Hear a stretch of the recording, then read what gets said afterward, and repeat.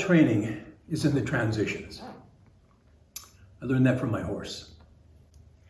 Suppose I show you a picture of a guy sitting on a horse, standing still. And then I show you a picture of a guy on a horse, and the horse is walking. And then a picture of a guy on a horse, and the horse is at the trot. And then a picture of a guy on a horse, and the horse is at the canter. So you can see what it looks like when the guy is standing still on the horse, walking on the horse, trotting on the horse, and cantering on the horse. But how do you get from standing still to walking? How do you get from walking to trotting? How do you get from trotting to cantering? And how do you get back to woe? There's a tale of woe. The point is that everything important that is happening happens between those two things, in the transitions from standing to walking, in the transition from walking to trotting, in the transition from trotting to cantering, and in the transition from cantering to woe. Just seeing a picture of the thing as it's happening doesn't tell you how to get there, right?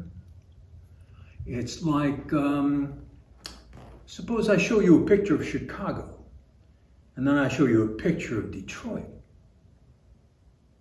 That doesn't tell you how to get from Chicago to Detroit. It just tells you how it looks when you're there. What does this have to do with swordsmanship? Funny you should ask.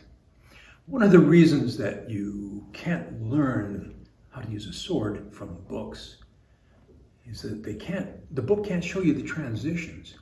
I can show you a picture of en garde in sixth, and I can show you a picture of en garde in octave.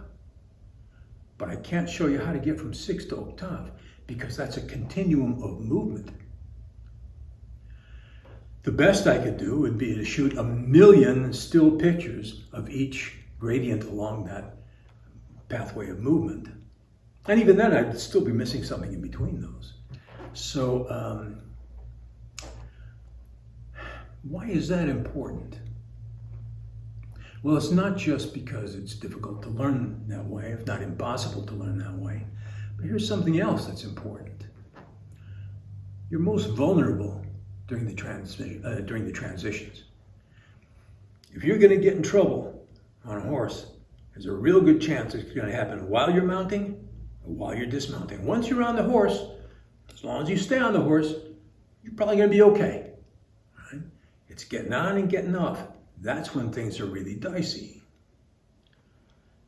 With the sword, it's when you transition from one thing to another, that's when you're vulnerable. Here we are on guard. Here we are in the lunge. How did you get from on guard to the lunge? And what was happening in between? And you're vulnerable because you commit to a certain path of action, but you haven't completed it yet.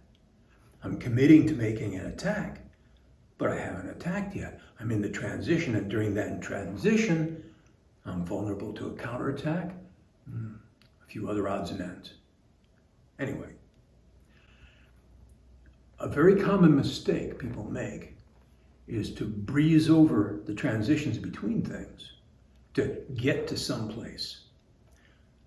Instead, I strongly recommend that you slow down and pay very close, careful, detailed attention to what happens in the transitions.